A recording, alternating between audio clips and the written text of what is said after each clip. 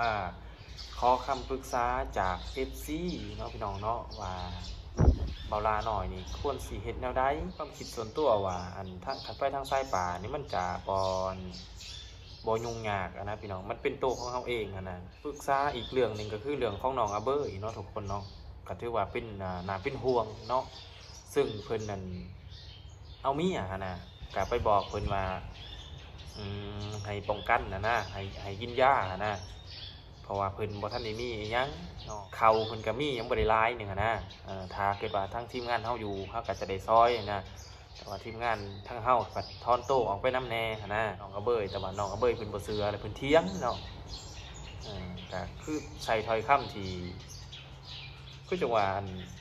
บ่มีความรู้ก็ว่าแม่นพี่น้องเอ้ยเนาะก็เฮาเตือนด้วยความหวังดีเนาะแต่ว่ามื้อนั้นเบาลาน้อยบ่ได้เอาลงเพราะว่าเบาลาน้อยตัดออกเนาะส่วนที่เพิ่นเถียงนะเนาะ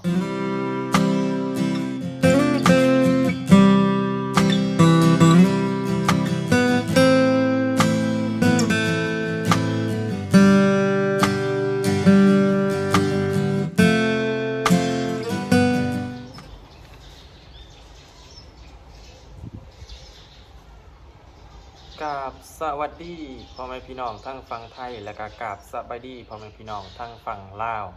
และก็ขอกราบสวัสดี FC พ่อแม่อยู่เมืองนอกเมืองหน้าเนาะก็ยินดีต้อนรับทุกท่านเข้าสู่ช่อง YouTube บ่าวลาน้อยอีกคือเก่าเนาะพี่น้องเนาะมื้อนี้ทั้งบ่าวลาน้อยบ่ได้ไปถ่ายเคสมีเมตางบแล้วก็2แม่ลูกเนาะแล้วก็ไอ้ต้นแล้วก็มี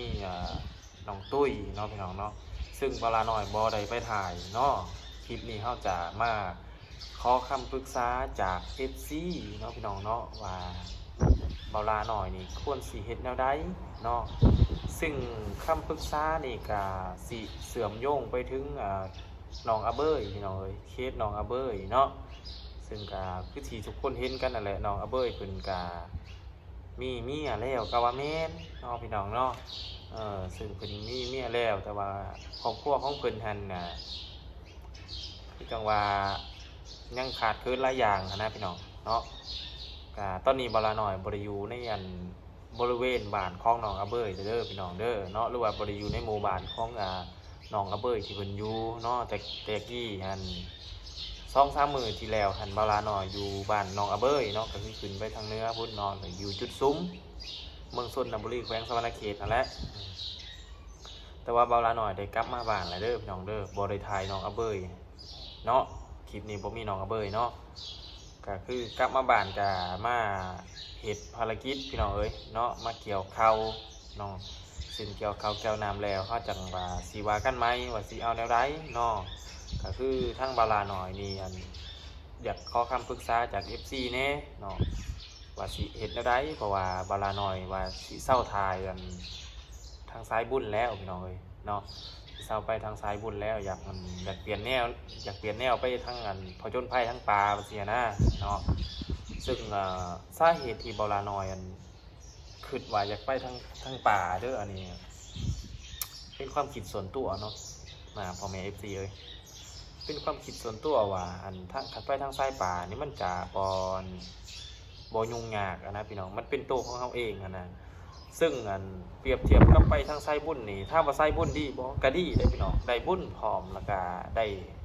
ให้ FC ได้เห็นมุมมองของคนที่เขาทุกข์ยากอลีเนาะก็แม่นพี่น้องเอ้ยเนาะซึ่งมันก็มีข้อดีข้อเสียต่างกันระหว่างไปไซป่ากับไซบุญพี่น้องเอ้ยเนาะไซป่าเขาเป็นอิสระเนาะเขาไปนอนป่าไปผจญภัยไปสีซ่าหลายๆอย่างที่เขายังบ่ทันได้เห็นเขาก็จะได้เห็นในหั่นนะ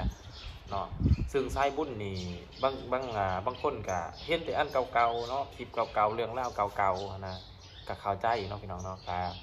อยากขอคำปรึกษาจากFC แน่แล้ว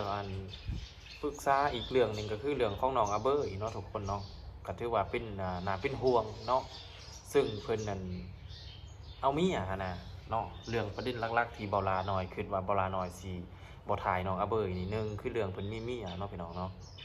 ก็มีหลายเรื่องเนาะขออธิบายในคลิปนี้ซะเรื่องเพิ่นมีเมียนี่เบาลาน้อยบ่ได้ห้ามได้พี่น้องว่าเพิ่นมีเมียนี่บ่ได้ห้าม คือมนุษย์เฮานี่คนเฮาเกิดมาถ้ามีคู่ครองมือได้มือหนึ่งเพิ่นต้องมีเมียเนาะพี่น้องเนาะก็คือว่าอันนี้เป็นเรื่องธรรมดาเรื่องปกติเนาะแต่ซึ่งเบาลาน้อยบ่โอเคก็คือมื้อนั้นมื้อที่เบาลาน้อยอันสิกลับมาบ้านแล้วพี่น้องเอ้ยก็ที่ทุกคนเห็นเนาะว่าเบาลาน้อยนี่ไปสัมภาษณ์น้องอเบยกับเมียเนาะเออก็ไปบอกเพิ่นว่าให้ป้องกันนะให้กินยานะเพราะว่าเพิ่นบ่ทันได้มีอิหยังเนาะเงินนี่เพิ่นบ่ทันได้มีจักกีบเด้อพี่น้องเงินเพิ่นบ่ได้มีจักกีบแล้วก็อันข้าวเพิ่นก็มียังบ่ได้หลายหนึงอะนะถ้าเกิดว่าทางทีมงานเฮาอยู่เฮาก็จะได้ซอยนะแต่ว่าทีมงานทางเฮาก็ถอนโต๊ะออกไปนำแน่หั้นนะก็บ่ได้ซอยอ่าอันนี้คือเรื่องที่มื้อที่เบาลาสิมาเนาะก็คืออันเฮาแนะนำเพิ่นไปว่าให้อันกินยารู้จักกินยาซะเนาะเพราะว่าถ้าเกิดว่าลูกมันหรือว่ามีเด็กติดตามมานำนี่1ก็เด็กสิลำบากเนาะ2มันพ่อแม่ก็สิลำบากเพิ่มขึ้นไปอีกอะนะเนาะซึ่งเฮาก็บ่ทันได้เคยมีอันลูกดอกแต่ว่าเฮาสันนิษฐานไว้ซื่อๆนะว่าเฮาแนมจากอันผู้ใหญ่ที่เขาอันมีประสบการณ์เขาบอกอะนะว่าการมีลูกมันยากเนาะแล้วก็ประกอบกับเพิ่นบ่ทันได้มีหยังจักอย่างนะพี่น้องคู่มือนี้ยังหากินขี้ซี่ขายเพื่อหาเงินมาซื้ออันของใส่เรือนนะเนาะก็ถือว่าน่าเป็นห่วงแต่ประเด็นมันอยู่บ่อนว่าเวลาน้อยเตือนเนาะมื้อนั้นเนาะเวลาน้อยนี่เตือนน้องอเบยแต่ว่าน้องอเบยเพิ่นบ่เชื่อแล้วเพิ่นเถียงเนาะก็คือใช้ถ้อยคำที่คือจังว่าอันบ่มีความรู้ก็ว่าแม่นพี่น้องเอ้ยเนาะก็เฮาเตือนด้วยความหวังดีเนาะแต่ว่ามื้อนั้นน่ะเบาลาน้อยบ่ได้เอาลงเพราะว่าเบาลาน้อยตัดออกเนาะอันส่วนที่เพิ่นเถียงหั้นนะเนาะแล้วเพิ่นว่าก็สิบ่ว่าดอกพี่น้องเอ้ยเนาะสิให้อันสิว่าแต่ว่าอันบ่มีเงินเพิ่นว่าบ่มีเงินคันสิป้องกันก็มันบ่มีเงินเนาะแต่ในคลิปอันนี้มีเรื่องเลยนะแต่ว่าที่เบาลาตัดออกคือมันนั่นค่อนข้างที่จะบ่โอเคปานใดนะพี่น้องเอ้ยก็เลยเบาลาน้อยก็เลยกลับมาเลยเนาะก็ตั้งใจว่าสิมาเกี่ยวข้าวในกระบวกกับเหตุการณ์นั้นก็เลยได้กลับมาเลยพี่น้องแล้วก็เบาลาน้อยมาคืนเนาะมาคืนว่าสิเอาได้เนาะกับน้องอเบยนี่คันบ่ถ่ายน้องอเบยนี่ FC สิหายบ่บัดอย่างว่า FC บ่เบิ่งเนาะอย่างว่า FC บ่ติดตามนะก็มานั่งคิดว่าย่านมีปัญหาว่าซั่นซะย่านดราม่าเนาะก็เลยอยากมาปรึกษา FC เนาะอันนี้เรื่องที่1เนาะพี่น้องเนาะแล้วก็เรื่องที่2บัดนี้คืออยากบอกแนวนี้เด้อพี่น้องเอ้ยเนาะอันนี้บ่เคยบอกบ่เคยเล่าความในใจของบาลาน้อยนะที่บาลาน้อยไปถ่ายน้องอเบยแต่ละเทื่อเนาะก็คือจะได้ให้เงินเพิ่นเด้อพี่น้องเนาะขออนุญาตเว้าเนาะในประเด็นนี้คือจะให้เงินเพิ่นนี่เวลาบาลาน้อยถ่ายคลิปนึงน่ะก็ประมาณ20,000หรือว่า30,000ต่อคลิปเนาะถ้าเกิดว่าบ่มีเงินก็เพิ่นบ่เต็มใจให้ถ่ายเนาะก็คือเวลาเขาถามแล้วเพิ่นก็บ่มักตอบหั้นนะซึ่งเฮาอยากให้เพิ่นมีส่วนร่วมในคลิปหั้นเฮาก็จำเป็นต้องได้เอาเงินให้เพิ่นเนาะก็คือแต่กี้เนาะพี่น้องเนาะก็แต่กี้หั้นตั้งแต่เฮาบ่ทันได้สนิทสนมกับน้องอเบยเนาะหรือว่าตั้งแต่เริ่มพุ่นตั้งแต่ทั้งเบาสัญญาเบาพรเบาลาไส้พุ่นเนาะเพิ่นถ่ายทำอิฐเนาะพี่น้องถ่ายคนทำอิฐเนาะถ่ายตอนนั้นเฮารู้สึกว่าเฮาบ่ได้เอาเงินให้เพิ่นก็ให้ถ่ายเพิ่นก็เว้านำหั้นนะเพิ่นก็ตอบโต้ว่าเวลาเฮาถามหยังเพิ่นก็ตอบโต้อยู่หั้นนะแต่ว่ามาหลังๆนี่เพิ่นจะอยากได้เงินว่าซั่นซะพี่น้องเอ้ยเพิ่นให้เอาเงินจ้างหั้นนะเนาะซึ่งเงินนี่ถ้าว่าเฮาให้ถูกเถื่อบ่ถูกเถื่อที่เฮาไปเฮาให้ถูกเถื่อเนาะพี่น้องเนาะแต่ว่าเฮาบ่ได้ให้ในหน้ากล่องซื่อๆเนาะมีบางเถื่อบางวักบางตอนเป็นเงินของผู้ใหญ่ก็สินี่เฮาจะให้ในหน้ากล่องเนาะคือเงินของผู้ใหญ่นี่เฮาเวลาผู้ใหญ่ฝากมาเฮาจะถ่ายให้พี่น้องเบิ่งเนาะอันนี้คือเงินของผู้ใหญ่เฮาต้องถ่ายให้ออกกล่องพี่น้องเลยเนาะเพราะว่าอยากให้เพิ่นนั้นมีความภูมิใจนะซึ่งเงินผู้ใหญ่ซอยก็ต่างหากเนาะพี่น้องเนาะก็คือเงินทั้งบาลาอาหารก็ต่างหากไปถึงนะบางเถื่อบางที่มามื้อนั้นเพิ่ พิ่นเป็นไข่พี่น้องเอ้ยเนาะทั้งบาลาหน่อยนี่ก็มาตั้งแต่ขึ้นเฮือนแม่คำต้าเนาะมัน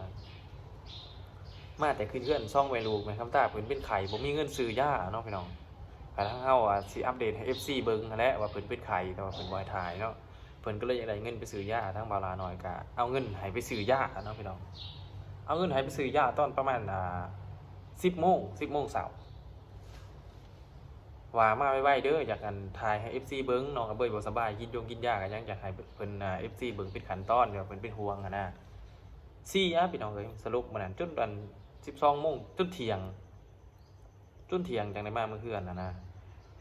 แล้วบัดนี้มามื้อเฮือนตอนเที่ยงแล้วบาลาน้อยเขาไปถามว่าได้บ่ยาเนาะเพิ่นว่าเพิ่นกินแล้วเนาะบาลาน้อยเอาให้มื้อนั้นน่ะ 20,000 กีบไปซื้อยานะพอได้กินยาแก้ไขเนาะ 20,000 นี่ก็สิได้อยู่ประมาณ4 ชุดเนาะคันว่ายาเป็นสูตรก็ได้ก็20,000 กีบว่า4 ชุดแล้วเพิ่นว่าเพิ่นกินแล้วเนาะก็ถามว่าซื้อหลายบ่ได้ยาน่ะซื้อหมดแล้วเฮาก็บ่มีปัญหาเนาะอยู่ข้าวหนึงเพิ่นชวนเบาหลาไปหาขี้ซี่เนาะน้องอาเบยเด้อนี่เด้อเพิ่นชวนเบาหลาน้อยไปหาขี้ซี่เบาหลาน้อยก็คือว่าน้องอาเบยบ่สบายนะก็ถามเนาะว่าเป็นหยังคือเป็นหยังคือว่าบ่สบายแหละคือส่วนขึ้นขี้ซี่ส่วนไปหาขี้ซี่แล้วน้องอาเบยว่าโอ้ยส่วนก็สิไปหั่นน่ะจักได้อยู่บ่คลิปว่าทางเฮาก็เริ่มแบบว่าคือจังหวะเฮานี่อยากได้แห้งนะแต่เฮาก็โอเคนะเผื่อ FC นะก็โอเคไปก็ไปว่าสิซะเนาะถ้าเฮานี่บ่มักยากก็ว่าแม่นพี่น้องเอ้ยแนวใดก็ได้ว่าซั่นซะแนวใดก็ได้แล้วก็ไปมื้อนั้นก็ไปขึ้นขี้ซี่กับเพิ่นนั่นแหละเนาะขึ้นนั่นทำอิฐว่าสิเฮ็ด2 คลิปเนาะเว้ากันกับน้องอาเบยว่าสิเฮ็ด2 คลิปว่าซั่นซะมื้อนั้นน่ะไปผัดได้คลิปเดียวเนาะมันกระเทินนั่นนะพี่น้องก็ได้คลิปเดียวน้องอาเบยว่าเมื่อยถ่ายบ่ทันจบซ้ำเนาะคลิปที่2น้องอาเบยว่าเมื่อยแล้วก็บ่ถ่ายนะว่ะเมื่อนะทางเฮาก็จำเป็นแล้วพี่น้องเอ้ยเนาะก็เพิ่นว่าบ่ถ่ายแล้วก็เฮาก็เมื่อแล้วคลิปนั้นถ้าทุกคนเบิ่งจบทุกคนสิเห็นตอนเวลาน้อยว่าหลังจากคลิปที่แล้วที่เฮาได้ลูกต่อมาเฮาก็สิเมื่อเฮ็ดกินเนาะในคลิปที่ไปคืนคิดซี่คลิปสุดท้ายนั่นแหละบลาหน่อยตัดลูกใส่เลยเพราะว่าอยากให้มันเป็นคลิปเดียวเนาะก็คือบลามีคำบลาหน่อยที่ว่าหลังจากคลิปที่แล้วเฮาได้ลูกต่อแล้วคลิปนี้เฮาสิไปคล้ายคิดซี่แต่ว่าบ่ได้ไปคล้ายพี่น้องเอาเบยแบบเมื่อยก็เลยกระเทือนท้ายแล้วก็ตัดลงสำนันซะก็มันมีแบบนี้แหละพี่น้องแนวสิอยากปรึกษาพี่น้องอันนี้เราเหตุการณ์ให้ฟังก่อนเนาะเราเหตุการณ์ในความในใจให้ฟังก่อนแล้วจังสิตั้งขอปรึกษาว่าพี่น้องเอ้ยขอปรึกษานี่ก็คือเบาลาหน่อยคิดว่าสิเซาถ่ายน้องอาเบยทั้ง FC สิโอเคบ่เนาะก็หลายอย่างอะไรพี่น้องเอ้ยเนาะถ้าFC พร้อมว่าเป็นจังได๋ก็ให้อดเอาให้ไปถ่ายเนาะทางเบาลาหน่อยนี่ก็สิไปถ่ายเนาะพี่น้องเนาะแต่บ่ได้เครียดบ่ได้หายน้องอาเบยเด้อพี่น้องเด้ออันนี้ปรึกษา FC เด้อเนาะน้องอาเบยถ้าเกิดไปมาหาสู่กันก็ไปคือเก่าเนาะไปปกติคือเก่าเนาะพี่น้องแต่ว่าอยากถามมัน FC เบิ่งก่อนหั่นนะว่าทางเวลานี้เว้ากับทีมงานว่าสิไปป่าเนาะสิไปนอนอยู่ป่าไปหากินแถวป่าเนาะ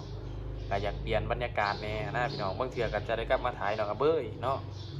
ก็อยากถาม FC ว่าสิให้ถ่ายน้องอาเบยต่อหรือว่าสนับสนุนให้เบาลาหน่อยนี้ไปเดินป่าไปนอนป่าเนาะจังได้ก็ฝากทุกคนส่งความคิดเห็นมาหลายๆเนาะพี่น้องเนาะนี่ก็คือคำปรึกษาของเบาลาหน่อยเนาะก็คือสาเหตุที่เบาลาหน่อยคิดไว้ว่าอยากไปเดินป่านี่ก็ทั้งเคสเฮานี่ก็เสร็จสิ้นหมดแล้วเนาะพี่น้องเนาะก็คือเพื่อนของแม่คำต้านี่ก็เสร็จแล้วเนาะก็คือขึ้นเดือนแล้วน้องตุ้ยก็แล้วเนาะไอ้ต้นก็เรียบร้อยแล้วเนาะไอดอนนี่ก็เฮ็ดคอไก่เฮ็ดช่างครบแล้วหมดแล้วเนาะพี่น้องแล้วก็แม่ตะงอกก็เฮาเทพื้นน้ำบาดาลให้เป็นที่เหี่ยมห้อยก็คือว่าจบแล้วเนาะก็เลยคิดว่ายังแต่น้องกระเบยผู้เดียวแต่ว่าเพิ่นนั้นค่อนข้างที่จะเว้ายากเติบนะเฮาก็สอนมาตลอดบอกมาตลอดเนาะก็ต้องเอาเงินเขาแลกกันเลยพี่น้องต้องเอาเงินเขาแลกก็เลยคิดจากถาม ปรึกษา FC ว่าซั่นซะเนาะปรึกษาพ่อๆแม่ๆทั้ง FC อันอยากให้ออกความคิดเห็นซอยแหน่นะทางเฮานี่ก็ตามใจ FC นะว่า FC ให้เอาจังไดเฮาก็เอาจังซั่นเนาะถ้าว่า FC ว่าให้ไปถ่ายน้องอาเบยก็สิไปเนาะพี่น้องแต่ก่อนสิไปก็ต้องตัดเขาให้แล้วก็ได้พี่น้องได้เพราะว่าบ่าวลาน้อยนี่ลงมาตัดเขาอยู่บ้านเนาะซึ่งบ่ทันได้แล้วเนาะประมาณ 4-5 มื้อผู้ใดพี่น้องเอ้ยจังสิได้อัปเดตอันคลิปของอาเบยคันว่าได้ไปถ่ายเนาะแต่ถ้าว่าบ่ได้ไปถ่ายก็คือว่าอีกประมาณ 4-5 มื้อบ่าวลาน้อยสิไปสารวัตรเนาะไปนอนอยู่ภูสารวัตรสิไปเบิ่งบรรยากาศในภูสิไปนอนอยู่ป่าเนาะป่าก็น่าจะเป็นอันป่าแถวภูเขานี่แหละพี่น้องเอ้ยเนาะพู้นแหละไปหาลาส่งลาสัตว์ไปพู้นแหละก็คือไปสายป่าอะไรพี่น้องสายหาอยู่หากินเนาะซึ่งสายบุญนี่ก็ยังบ่ได้ปะพี่น้องบ่แม่นว่าสิได้ปะสายบุญเลยบ่ได้ปะเนาะแต่บางเทื่อก็ได้อัปเดตเนาะบางเทื่อก็บ่ได้อัปเดตเนาะพี่น้องเนาะจังได้การให้ความคิดเห็นในเด้อพี่น้องเด้อเนาะแล้วคลิปนี้ก็บ่ได้มีหยังหรอกพี่น้องมีตั้งแต่นั่งปรึกษา FC อย่างเดียวคลิปนี้เนาะก็คือมาเล่าความในใจในก็ว่าแม่นแล้วก็ปรึกษา FC นำพร้อมเนาะว่าสิเอาจังไดกับน้องอาเบยนี่นะเนาะพี่น้องเนาะทั้งบาลานี่50-50แล้วคันว่าเรื่องอยากไปถ่ายนะเพราะว่ามันอันตั้นใจมาหึงแล้วก็ว่าแม่นพี่น้องเอ้ยเนาะทุกเทื่อที่เฮาถ่ายเฮาก็เขาจะต้องยืนเงินนะพี่น้องเอ้ยเนาะเขาจะต้องยืนเงินอันนี้ว่าตรงๆเนาะบาลาน้อยบ่เคยเว้าตรงปานนี้จักเถื่อประเด็นน้องอาเบยเนาะถ้าเกิดว่า FC น้องอาเบยนี่บ่พอใจกับบาลาน้อยขอโทษนำละลายเนาะพี่น้องเนาะคืออยากปรึกษาซื่อๆเนาะคันว่าพ่อๆแม่ๆ FC น้องอาเบยบ่พอใจกับบาลาน้อยขอโทษนำละลายเนาะคันว่าให้ไปถ่ายต่อกับบาลาน้อยจำเป็นจะต้องได้ถ่ายต่อเนาะพี่น้องอาเบยเนาะถ้าว่า FC วานแล้วแต่บาลาน้อยเลยอยากเห็นจังได้กะเอาแต่ใจนะกะขอบใจหลายๆพี่น้องเอ้ยเนาะกะเฮาก็จังสิมาคิดอีกอย่างนึงอีกเรื่องนึงนะคิดอีกเทื่อนึงเนาะว่าสิเอาจังไดเนาะแต่ว่าอันนี้เฮาขอคำปรึกษาเบื้องต้นจาก FC ก่อนเนาะก็เชื่อว่าในส่งของบาลาน้อยนี่ FC น้องอาเบยนี่ 100% ก็ว่าแม่นผู้ที่ติดตามมันส่งของบาลาน้อยนี่บาลาน้อยว่าเป็น FC น้องอาเบย100%สาเหตุที่บาลาน้อยคิดว่า 100% คือ1เวลาบาลาน้อยอัพคลิปน้องอาเบยนี่คลิปมันวิวมันสิขึ้นนะพี่น้องคือจังหวะอย่างมีคนเบิ่งนะเนาะส่วนบาลาน้อยอัพคลิปอื่นๆคือว่าเคสอื่นนี่จะบ่ค่อยขึ้นพี่น้องก็คือจะบ่ค่อยมีวิวว่าซั่นซะเนาะจะบ่ค่อยมีวิวก็เลยคิดว่าน่าจะเป็น FC น้องอาเบยเกือบ 100% เนาะในสองของบาลาน้อยนี่ซึ่งถ้าเกิดว่ามันผิดพลาดประการใดก็ขอโทษขออภัย FC เนาะที่บาลาน้อยเว้า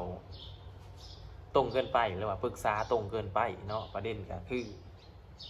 ทุกเทื่อที่เฮาถ่ายคลิปเฮาจะต้องเสียเงินให้น้องอาเบยก็คือคลิปละ20,000 30,000แบบนี้เด้อพี่น้องเด้อเนาะจังได้ก็ฝากทุกคนคอมเมนต์กันหลายๆพี่น้องเนาะบาลาน้อยสิให้สินั่งตอบคอมเมนต์คลิปนี้ทุกคนพี่น้องจะบ่มีผ่านเนาะถ้าเกิดว่าผ่านนี่โอ้จักสิว่าจังใดเลยพี่น้องเอ้ยเนาะถ้าเกิดบาลาน้อยบ่ตอบคอมเมนต์ได้คอมเมนต์นึงนี่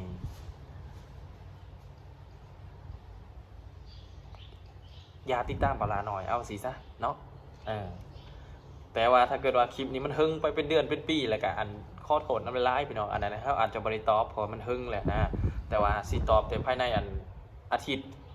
ย์นึงเนาะ